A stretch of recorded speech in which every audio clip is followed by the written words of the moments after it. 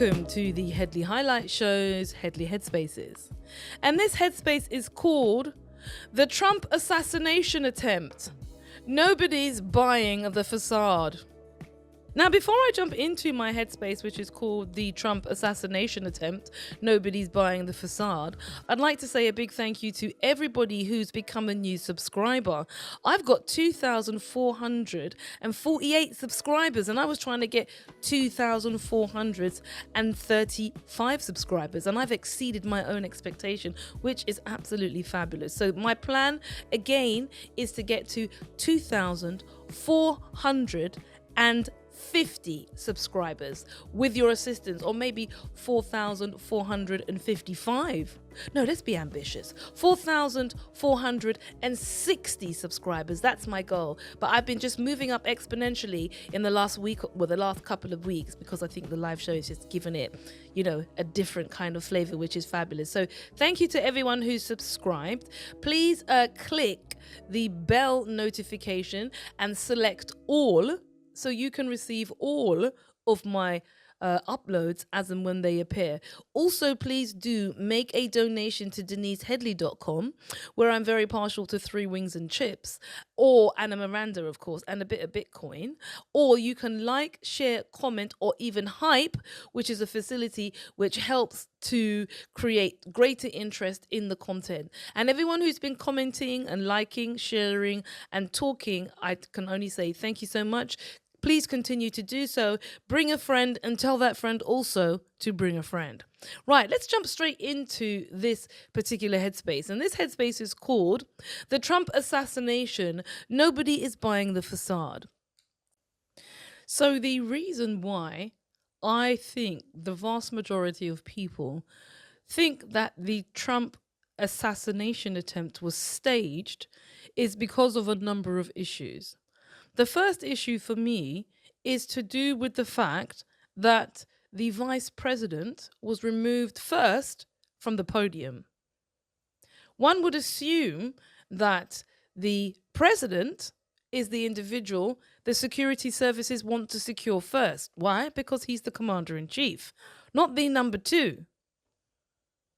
The second thing that makes me think that this exercise was staged is because basic security measures would tell me that if you have a very important person, the person who is in control of the largest war machine on the planet, you would want to have really good security around that individual, wouldn't you? Well, that doesn't appear to be the case. I mean, this individual was able to run at length towards the president or in the vicinity of the president, and no one appeared to have stopped him in any meaningful way whilst that was the case. And that tells me that that's absolute bunkum, because it's the president who's already had an assassination attempt. So presumably you'd have increased security in a circumstance such as that, wouldn't you? Because he's already been the victim of an attempted assassination, and therefore we already know that there's individuals out there who are interested in unaliving the individual. Therefore, we're going to take greater precautions than we usually take. So that tells me, number 2, why this smells like saltfish.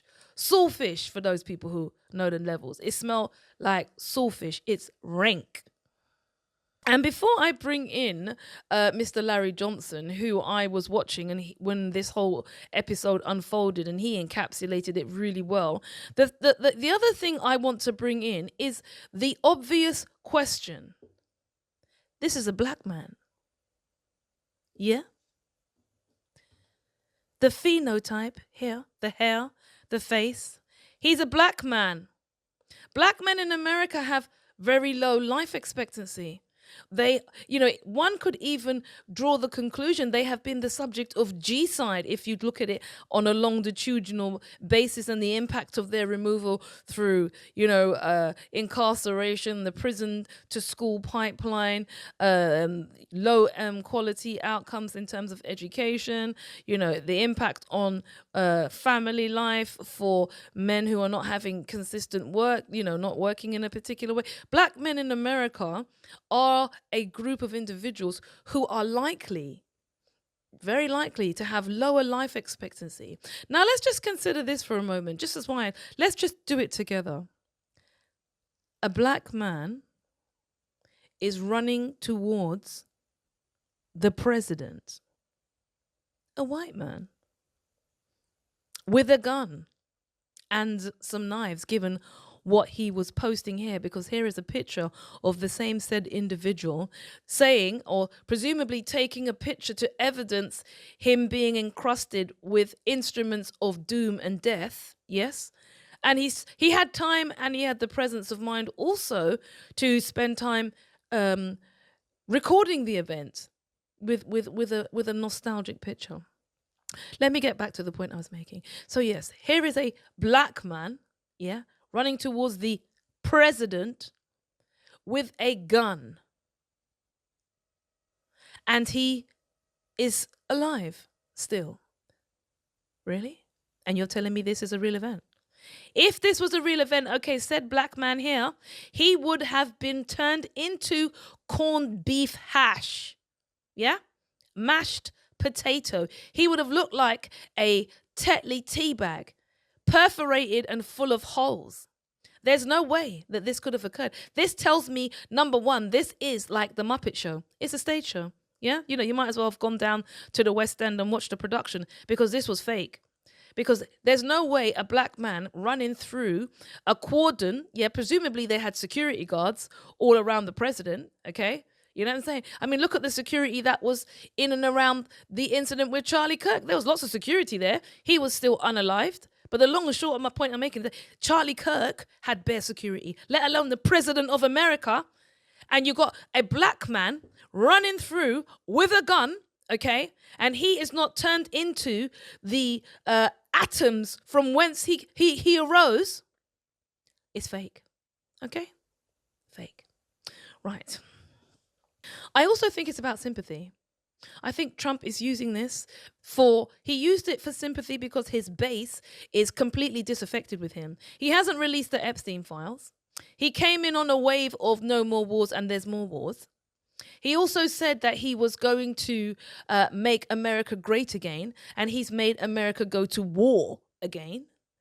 And this is the backdrop. He's lost in the theater of Iran, okay? The Strait of Hormuz now belongs to the Iranians, and they're running the show, and they're charging what they're charging.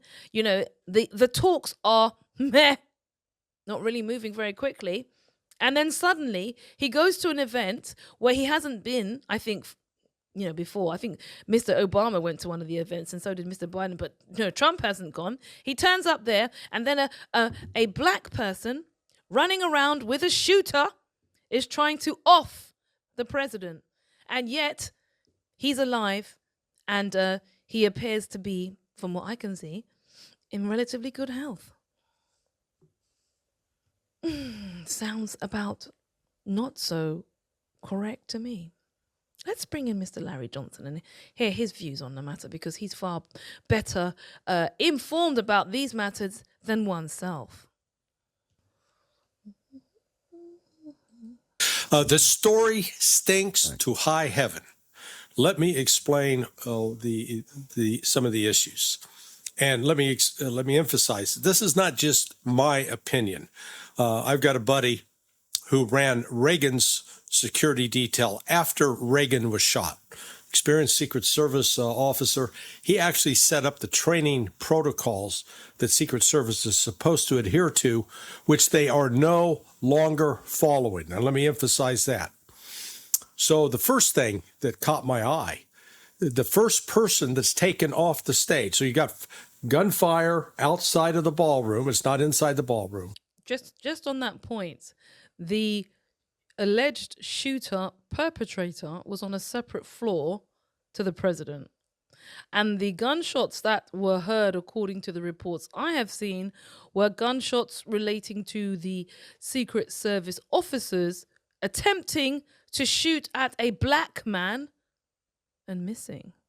I mean, he must be one of the luckiest black guys in America when you think about it. He's got about what? How many people in front of him and behind him, all with weapons, and he does not get shot?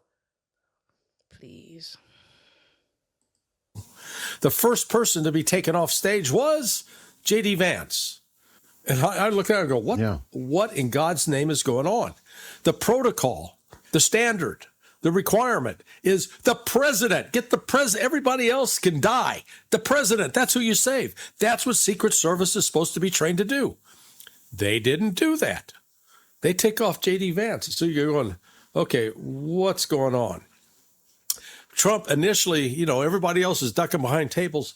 He's sitting there calmly looking around like, did he know this was going to happen? Was this staged? I believe it was staged. And we'll get into that. The second thing is the failure of the security perimeter, that it was not properly set up. So exactly the way this should be done is you have a perimeter outside the hotel, okay? So you set the first layer that nobody gets past that first layer unless they have a right to be in that hotel. They can show that they're a guest or that they got an invitation. Otherwise, nobody gets in. All right, so this guy had gotten in. He was a guest. But then you've got an entrance into the area where the ballroom is. And I don't recall, I've been in that hotel before, but I don't recall if there's just one or if there are two. But regardless, you immediately identify what are the access points and you cover those. And you cover those in such a way that you got a magnetometer, which means you detect metal detector.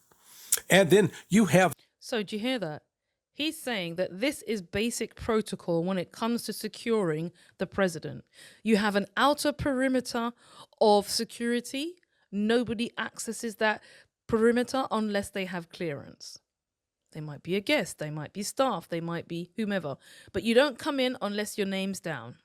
Then you have another perimeter around where the president's going to be. So for want of a better word, if the president is on the second floor, every entrance and exit onto the second floor has some form of security personnel. So how come none of that happened? And the other point, which I think is like basically a knife arch, he called it a magnetometer, but I know it as a knife arch. So when you go clubs and certain places, you have to walk through the metal detector, and then you have people patting you down to make sure that you're not going into the dance with a piece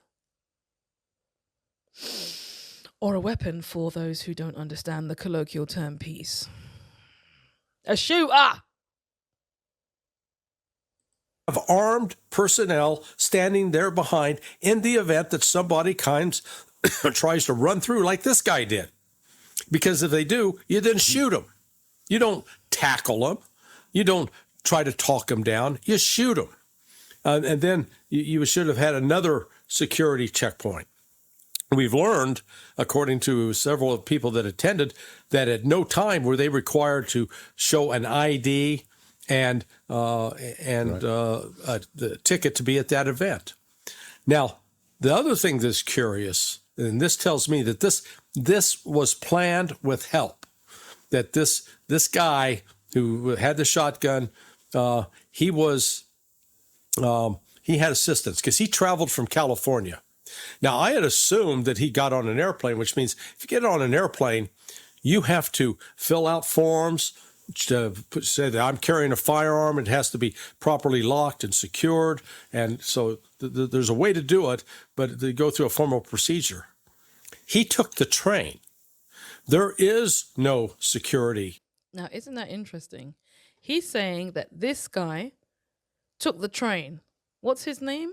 His name is Cole Thomas. So Cole Thomas took the train. And what Mr. Johnson is saying is that the fact that he took the train shows that he was not working alone, primarily because you can take items onto the train because there's no security personnel.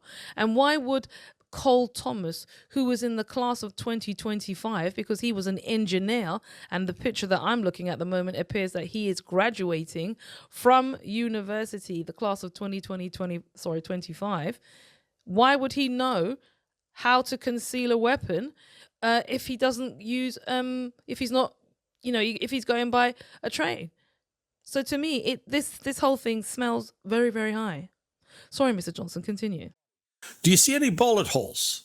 No. Do you see any blood? No. Do you see anybody administering first aid? No. He was not shot. How in the hell does that happen? When you come sprinting through with a gun, firing at people, there aren't enough Secret Service and Metropolitan Police from D.C. and probably some other federal law enforcement in the area. They all got guns. They should have been out filling him up with lead that, he would have been sufficient to be an anchor on a boat. Yeah, so Larry says he should have had enough lead inside of him so he could have been an anchor on the boat. But what Larry Johnson doesn't mention that he's black, okay? There's no way that a black person running towards the president with a gun, with copious amounts of Secret Service individuals in the building, did not end up unalived on the carpet, turned into mush. It's just, I'm sorry, this is just a stage show. Instead, you saw him running away from those guys that were shooting at him. You don't see any bullet holes. And the reason I know that he didn't get shot anywhere else, in that picture, you don't see a single emergency medical technician applying any kind of tourniquet, pressure. Let's say that if he got shot in the legs, they should be trying to stop bleeding there and treat that. They didn't do that. So that's why I say this thing stinks to high heaven. I think this guy had been encouraged by someone else to do this, that he didn't know he was being used, but he got put in a position where he was used, but everybody else, key leaders, knew that this was going to happen. I think that's very important, that people knew that it was going to happen, because there didn't appear to be that degree of panic in Mr. Trump's demeanor. It was only after he was bundled out that, I think he seemed relatively unalarmed, in my opinion. I mean, if there's shots flying and Secret Service are, they're drawing for the ting, you know what I'm saying? They got the scope out, they're pointing it. Well, that's enough to get anybody's anxiety and adrenaline pumping. But he just seemed to just, okay, So I just don't think this whole thing is correct. And then they arrest the person. And then on top of that, we have the videos, not the videos, we have the images of him posting himself, apparently, assassination ready. When you go to a dance, right, or when you go raving, you're going to get yourself ready and you're going to get your stuff sorted out. You're going to get your hair done, your nails done. This is him here. Look, he's getting ready. He's getting ready for the shooting. Where is the picture? Let me get to the right one. Look, he's getting ready. Look, he's sent a picture in time to let the person know, or he took a selfie. Yeah. Presumably he wanted to record the event for posterity, one might want to assume. But look, he's armed to the nines here with various weapons and instruments of demise and doom, because we don't want to get algorithmically strangled because we used the wrong D word. But the long and short of it was he had the presence of mind to take a picture. And it seems to me that all of these little attributes, that they just reek of a staged event. Here's the stage show, here's the person, here's the difficulties that they presumably they were going through, and then we're going to be told that they possibly were unalived in jail, or somebody unalived, or they unalived themselves and therefore they can't really go to trial. But this is the whole thing to me just seems more odd than not odd. And this was designed, I think, for the intent to try to create more support, fantasy for Donald Trump. See, right there, J.D. Vance is out, and Trump's still sitting over there. Was it a Remington? I think it's the 870 is the most common. But when you come out of your hotel room, you're carrying the shotgun. He didn't have it concealed. How can you walk through that hotel? Again, this gets up to Secret Service procedure, where every coming off that elevator to go towards the event area, there should have been 2 Secret Service agents there monitoring the crowd. Now, this apparently didn't take place because As Mr. Johnson said, he came out of the elevator carrying a weapon. Presumably, he walked into the elevator carrying a weapon. And wasn't the Secret Service in the Situation Room or the CCTV room in relation to monitoring what was happening with the president? That's why I said, people, this is a stage show. It was a theatre production. Let's not forget that if Trump loses the elections in November and the Democrats are successful, he's looking at being potentially impeached. And if he later loses another set of elections, he's looking at going to jail.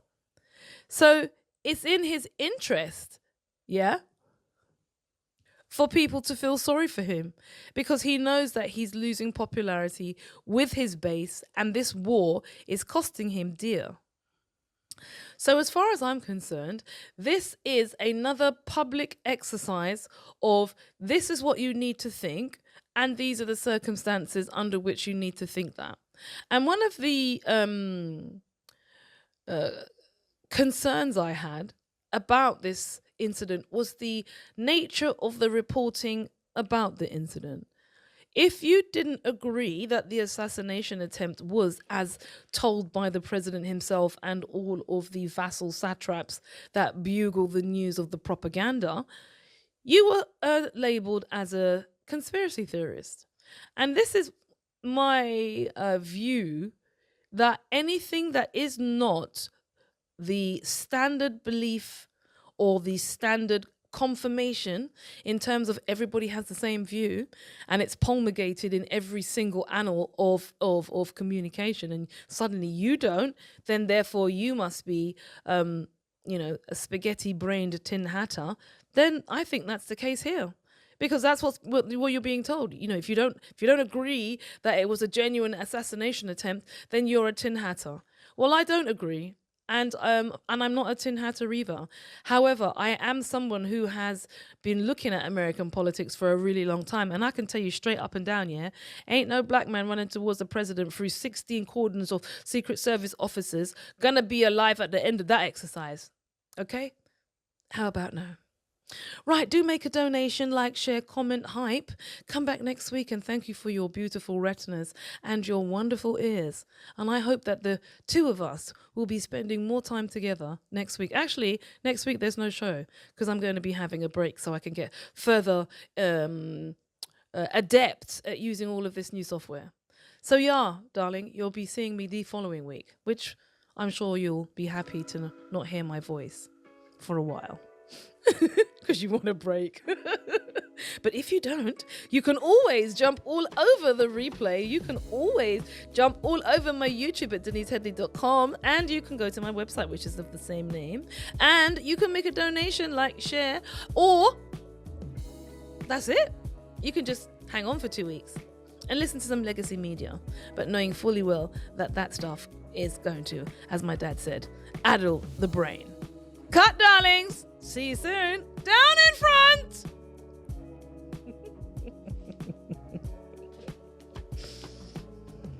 Did I also say don't forget to make a donation? I'm very partial to 3 wings and chips and a Miranda, a bit of Bitcoin, or any rising stock you think may be helpful. Once again, thank you. Cut, darlings. Cut.